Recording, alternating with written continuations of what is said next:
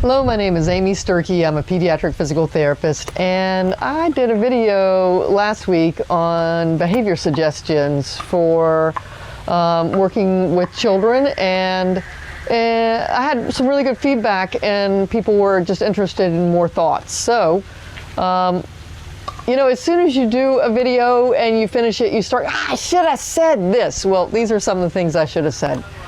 One of the things I think is really important is to make sure your face matches your words. Now, a lot of times you think that your face does, but it doesn't. I see parents all the time, and I do it sometimes too. Don't knock that into the floor. What are you doing? And you're smiling as you're saying, don't knock it into the floor. Make sure your face is unhappy when you're telling them that you're something unhappy about.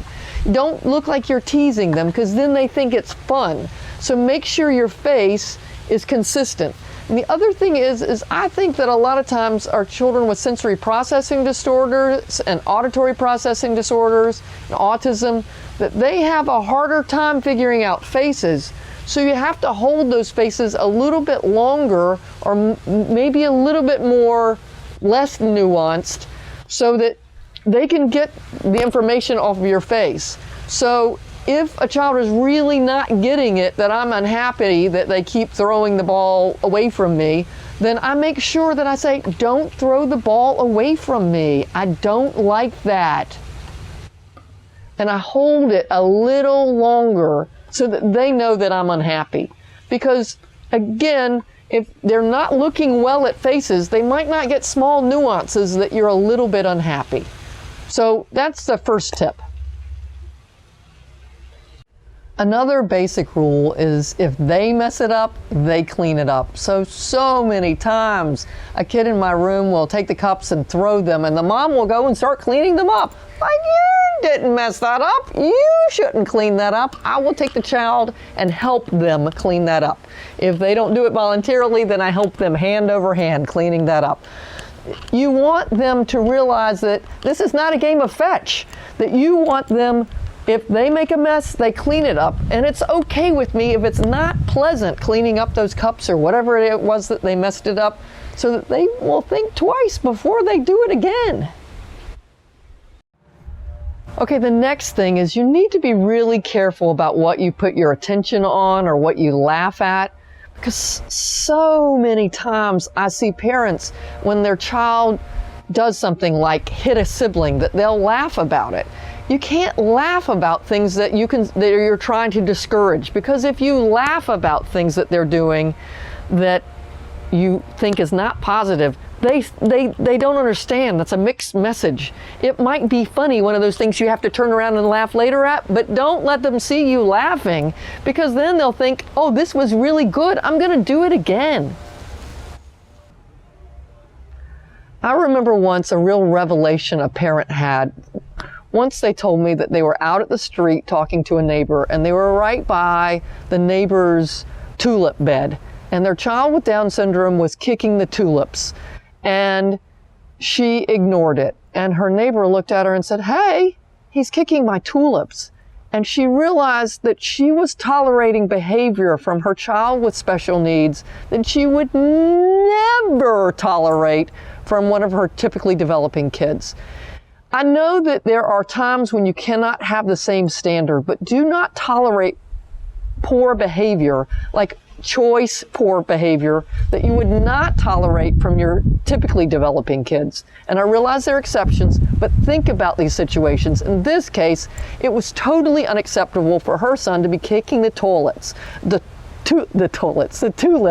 of her neighbor. Whether the child was special developing or not, it was not acceptable. So think about what exceptions you make, that maybe you're letting them get by just because they have special needs. Sometimes that's really not appropriate. One of the things I think about is communication and what communication might get through. So I think about that if I were to go to Mexico, and I have had some Spanish, but it's been a long time and I'm not very good at it. If someone tried to give me directions in Mexico and they were speaking to me in Spanish, and they spoke very fast in long paragraphs, I wouldn't get it. But if they spoke slowly, I'd have a chance. If they used big expressions of their face, I might get it. If they pointed and encouraged me with their hands, then I'd have a better idea of what they're talking about. I think our kids are very similar. So if our children do not understand a lot, then decrease how much you're saying to them. Say less when you're trying to give directions. Don't give big paragraphs. Think how you can simplify what you're saying, make it shorter and more meaningful words, and use all that extra stuff when you communicate, your hands and your face, to help convey the meaning, and that will be more useful than talking a lot. I remember I had a student once who was a very good verbal communicator, but when she was working with my kids, she spoke too fast and too much, and it was really hard for her, and she said, I've never had trouble with communication. Sometimes the best communicators are not the ones that talk a whole bunch. It's the ones who can make it short and concise and leave lots of time between communication so they have time to process. It's sort of like you think about a slow computer. When you hit that enter button and nothing happens, you hit the enter button again, and you hit the enter button again, and you hit the enter button again. How the computer just can't keep up. It's better to wait. Sometimes they say you should wait up to 10 seconds after you give a request to see if a child can process it, if they're a slow processor. So slow down and speak less. It can make a big difference. So the next thing is, it's really important, don't reinforce a tantrum. I see so many times parents give in to tantrums and they know they shouldn't. They'll look at me like, I did that wrong. Don't reinforce a tantrum. So if a kid has a tantrum in my room, I know immediately that I cannot give them what it is they want, even if it's easy. I can't do it, because if I reinforce a tantrum, it means I'm more likely to get that tantrum again. So I might make them calm down and ask politely or use their words, but as long as they're fussing or making a little face, they can't have it. They can't have whatever it was that they were wanting for that tantrum, because I cannot reinforce that behavior. Because kids learn rules for specific spaces. They learn there are certain rules at home, they learn their specific rules in my room and specific places they go. So I want them to learn in my room that tantrums do not get them one thing, not a nothing. Okay, one of the most important things, which is why I've saved it for last, is consistency. It is so much easier for me as a physical therapist to be consistent, because I only have your child for an hour, and other people might have them for even less than that. I have your child for an hour. So for an hour, I can be really consistent with your child. So it's easy for me, but for parents, it's super hard.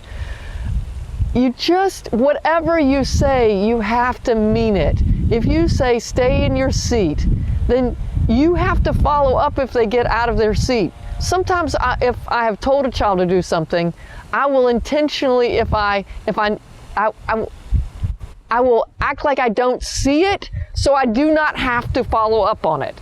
But if the kid sees that I see them and they're doing something they're not supposed to do, that I've told them, don't you do it, then I have to do something about it. If you say something and tell them to do something and then they don't do it and you don't follow up, you've lost face. You've lost your ability to stand your ground. Because kids know when you don't mean what you say. Consistency is so important. So if you say something, mean it, and make sure the kids follow through. I hope these ideas and suggestions are helpful. They have made a big difference in my career as a physical therapist, learning some of these behavior modification techniques over time, and to be able to share these and make it your path a little easier for you so you don't have to make the mistakes that I made as a physical therapist. Hopefully they'll help you. I hope you have a good day, and we'll look forward to seeing you next time. Thanks. Bye-bye. If you liked this video and would like to be notified by email when the next video comes out, click the subscribe button here and click the golden bell icon and ensure notifications are enabled on your account.